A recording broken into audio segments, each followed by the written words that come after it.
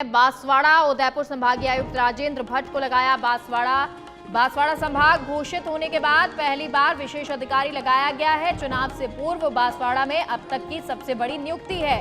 बांसवाड़ा संभाग पूरी तरह बढ़ने के बाद बांसवाड़ा, डूंगरपुर, प्रतापगढ़ और अन्य जिले शामिल हो सकते हैं। तो राजेंद्र भट्ट को यह नई जिम्मेदारी दी गई है। आपको बता दें, संभागीय आयुक्त राजेंद्र भट्ट को बांसवाड़ा संभाग घोषित होने के बाद में विशेष अधिकारी लगाया गया है। चुनाव से पूर्व बांसवाड़ा में अब तक की सबसे बड़ी नियुक्ति बताई जा रही है। बांसवाड़ा संभाग पूरी तरह बनने के बाद बांसवाड़ा, डूंगरपुर, प्रतापगढ़ और अन्य जिले इसमें शामिल हो सकते हैं। तो विशेष अधिकारी लगाया गया है। राजेंद्र भट्ट को ये नई जिम्मेदारी दी गई है।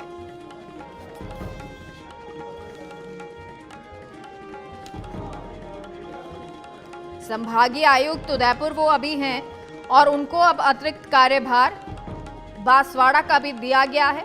विशेष अधिकारी उनको बांसवाड़ा संभाग का लगाया गया है।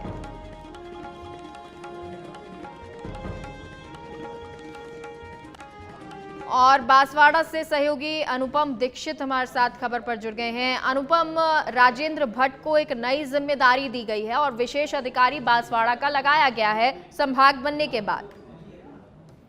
जी मेघा, ये एक बहुत बड़ी सूचना भी है और यहाँ के लिए बांसवाड़ा संभाग के लिए एक बड़ी नियुक्ति भी है। सीनियर आईएएस हैं राजेंद्र भट्ट, जो अभी तक उदयपुर संभाग की पूरी की जिम्मेदारी संभाल रहे थे और वो कई बार बांसवाड़ा आ चुके हैं जिला कलेक्ट्रेट में बैठक लेने के लिए या अन्य किसी पर।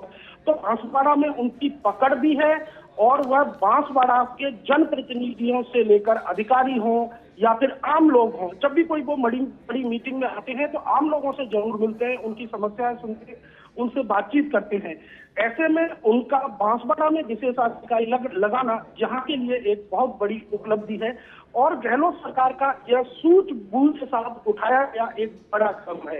इसका कारण यह भी है कि बांसवाड़ा जब संभाग पूरी तरह होगा तो इसमें बांसवाड़ा, डूंगरपुर, प्रतापगढ़ ये 3 जिले तो आने ही है। इसके अलावा संभव है कि उदयपुर से टूटकर जो नया जिला बने उसे भी बांसवाड़ा संभाग में शामिल किया जाए, क्योंकि यह पूरा जिला आदिवासी ट्राइबल बेल्ट का होगा। तो यहाँ पर ऐसे अधिकारियों की आवश्यकता सबसे प्राथमिकता पर होती है, जो उनकी तमाम जो आवश्यकताएं होती हैं या उनकी जो जरूरतें हैं या उनको क्या समस्या है, उन तमाम समस्याओं के समाधान को सरकार तक पहुंचा सके और उन्हें तमाम चीजों से रूबरू करा सके। और ऐसे में बांसवाड़ा के विकास का एक रास्ता राजेंद्र भट्ट की नियुक्ति से खुल गया है।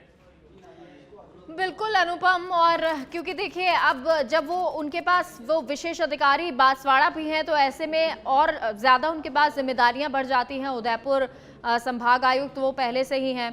अब आपसे ये जानना चाहेंगे कि किस तरह से, क्योंकि अब बांसवाड़ा संभाग घोषित होने के बाद ये विशेष अधिकारी लगाए गए हैं, किस तरह की चुनौतियां अब रहने वाली हैं? सबसे पहले तो राजेंद्र भट्ट को बेसिक इंफ्रास्ट्रक्चर है जो संभाग स्तर का होता है, वो तमाम व्यवस्थाएं खड़ी करनी पड़ेंगी। एक अपने लिए मुख्यालय वाला अपना कार्यालय होगा, उनका अपना स्टाफ लगाना होगा। तमाम जो सरकार की गाइडलाइन है, केंद्र सरकार की जो गाइडलाइन होती है उसके अनुसार उन्हें जाना पड़ेगा। और दूसरी अहम बात यह है कि जब विशेषाधिकारी लगा दिया है तो निश्चित रूप से मान के चलिए कि आने वाले कुछ ही समय में यहाँ पर आईजी भी बैठेंगे, यानी कि आईजी, एक आईएएस और एक आईपीएस, 2 नए अधिकारी आएंगे, 2 नए लोग यहाँ पर बैठेंगे। तो स्वाभाविक है कि व्यवस्थाओं में जो चेंज होगा वो बहुत बड़ी चीज होगी। जहां तक डेवलपमेंट की बात है और चुनौतियों की बात है तो राजेंद्र भट्ट को सबसे पहले उस स्तर पर बांसवाड़ा को ले जाना पड़ेगा।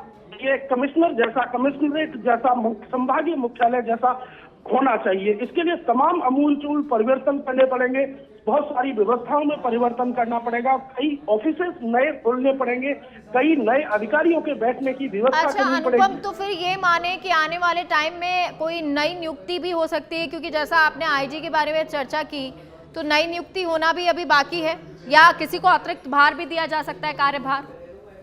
बिल्कुल, अतिरिक्त कार्यभार भी दिया जा सकता है, नई नियुक्ति भी दी जा सकती है।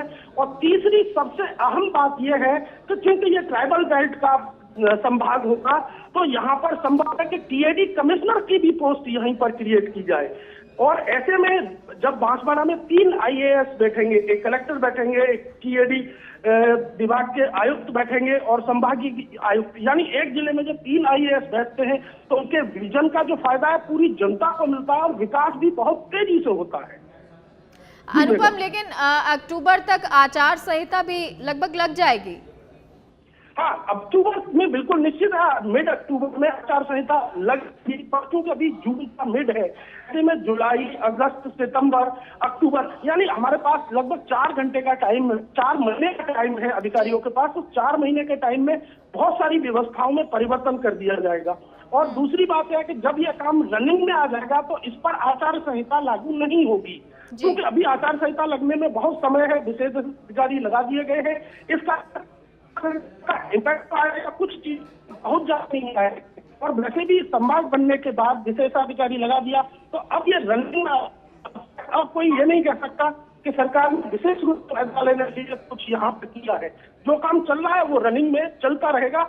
इसलिए अक्टूबर में जब आचार संहिता आएगी तो उस समय इसका कोई ज्यादा प्रभाव इस पर नहीं पड़ेगा। और शायद इसलिए शायद कह सकते हैं कि जल्द से जल्द इस कार्य को किया भी जा रहा है और इसलिए विशेष अधिकारी भी लगा दिए गए। बहुत बहुत शुक्रिया अनुपम तमाम जानकारी के लिए।